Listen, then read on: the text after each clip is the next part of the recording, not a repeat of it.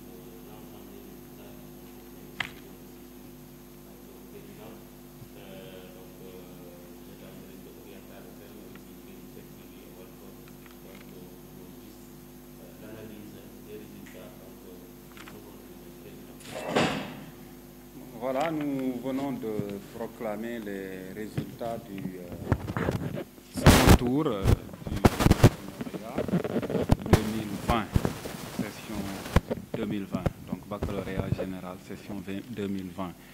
Le jury, c'est 1003, donc centre lycée technique et industriel de Kédougou. On avait 4 jurys au départ.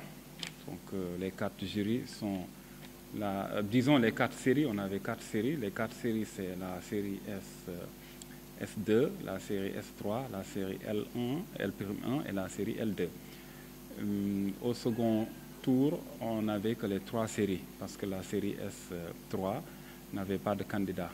Donc il y avait 5 candidats et les 4 ont réussi, il y avait un seul recalé. Donc on se retrouve avec 3 séries pour le second tour. Les résultats se présentent comme suit. La série L'1, on a 38 admis sur 40, donc 2 recalés. La série L'2 se retrouve avec 15 admis sur les 17 candidats, donc 2 recalés. Et la série S3, on a eu 21 admis sur 24 candidats, donc 3 recalés. On peut dire que sur l'ensemble du jury, nous avons 7 qui ont été recalés sur les 3 séries. Et par rapport au taux d'admissibilité, on peut dire que pour la série S3, on a eu 80% de taux d'admissibilité.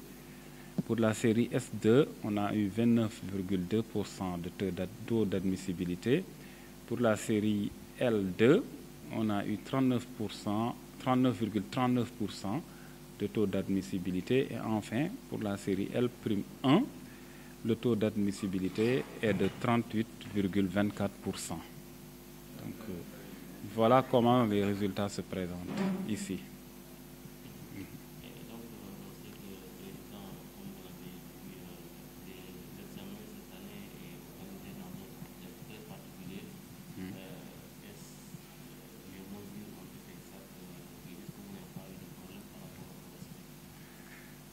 Bon, là, ce qu'on peut dire, c'est que depuis l'office du bac, on nous avait donné le matériel, notamment les masques, les gels. Et puis aussi, on avait aussi des directives pour vérifier si les conditions ont été réunies. Et là, bien sûr qu'ici au niveau du lycée aussi, on a trouvé des mesures aussi, parce que dès l'entrée déjà, il y a des agents du service d'hygiène qui sont placés là-bas et qui chaque matin ou chaque jour, ils sont en permanence là-bas et pour vérifier au niveau des entrées, pour faire d'abord un test. Ensuite, à l'entrée, il y a le lavage de mains.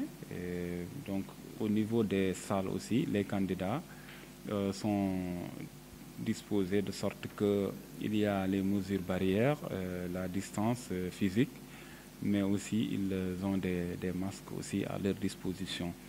Au niveau du jury également, les produits étaient là et les surveillants également en disposaient. Donc on peut dire que on a eu quand même les conditions pour respecter les mesures de sécurité, les mesures disons, de prévention aussi par rapport à ce contexte de Covid.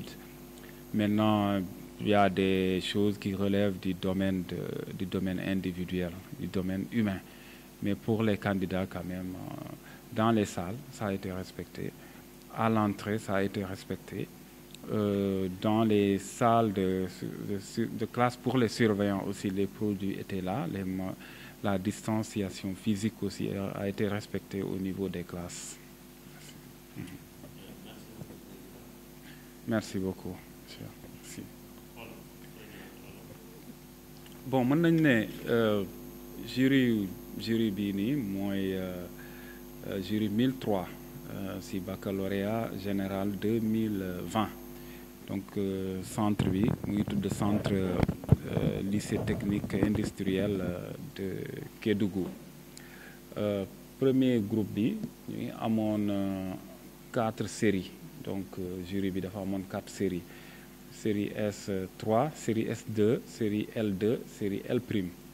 Mais si résultat yi série S3 bi donc am 5 candidats la amoon 4 yi am bac premier tour keneen ki bon jàllul second tour donc du ñëw second tour ce qui fait que second tour bi ñetti série yi ñoo ñëwoon muy série L' bi série L2 bi et série S2. ci résultat yi mën nañu ne L'1 bi moom moo am 38 admis donc fanweer ak juróom-ñett sur 40 candidats donc ñeent fukki candidats mën nañ ne ñaar ñoo ci jàllul. Série L2 bi 15 candidats donc fukk ak juróomi candidats sur 17 candidats donc sur juróom-ñaar donc ñaar ñoo ci jàllul. S2 bi amoon nañu ñaar fukk ak ñeenti candidats fukk ak benn bi jàll donc mu des ñett donc suñu xayma jury bi yëpp mën nañ ne juróom-ñaari nit lañu ci ñoom ci jàllul second tour bi waaw mais ci xayma boo ko xoolee donc premier L'1 bi 40 la L2 bi 17 la S2 bi 24 la donc yooyu boo ko xoolee bu ñu ci ne juróom-ñaar lañ ci téye donte bu ñu ci téye même kenn sax non lu neexul la mais mën nañ ne ci second tour bi résultat yi quand même baax na. Donc bu ñu xoolee ci pourcentage bi S3 maanaam taux d'admissibilité global boo xoolee jury bi yëpp examen bi yëpp bu dee S3 bi 80% la 80% bon moom defe naa nit ñi mën nañ ko comprendre facilement donc boo jëlee téeméer juróom-ñetti fukk yi ñoo ci jàll. bu dee S2 bi ñu ngi am 29,2% bu dee L2 bi ñu ngi am 39,39% bu dee L'1 bi ñu ngi am 38,24% plutôt donc loolu moom mooy résultat yi ñu am fii ci jury 1003.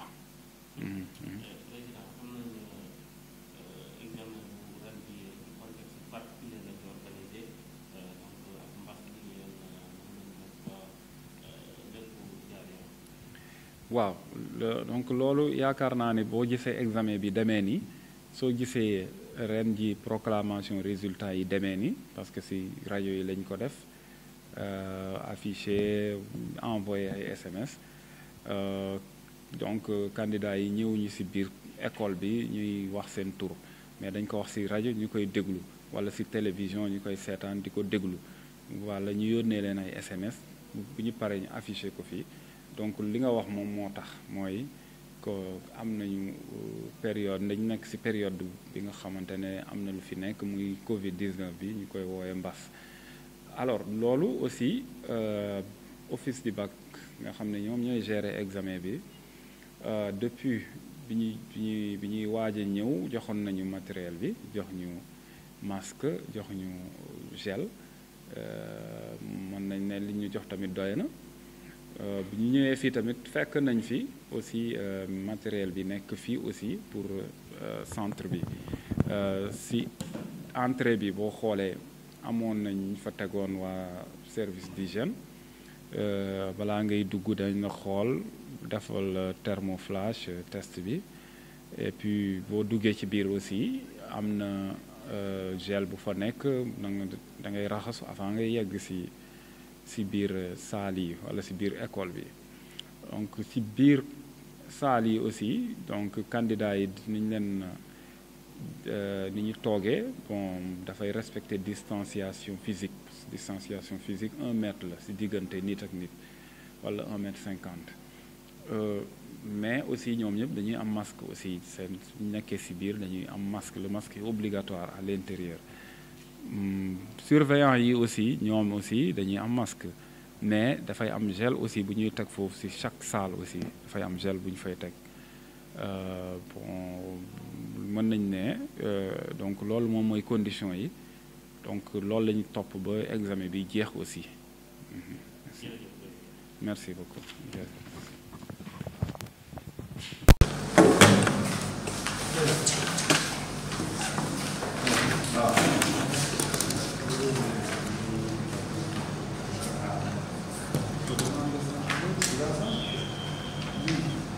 Alors Malik,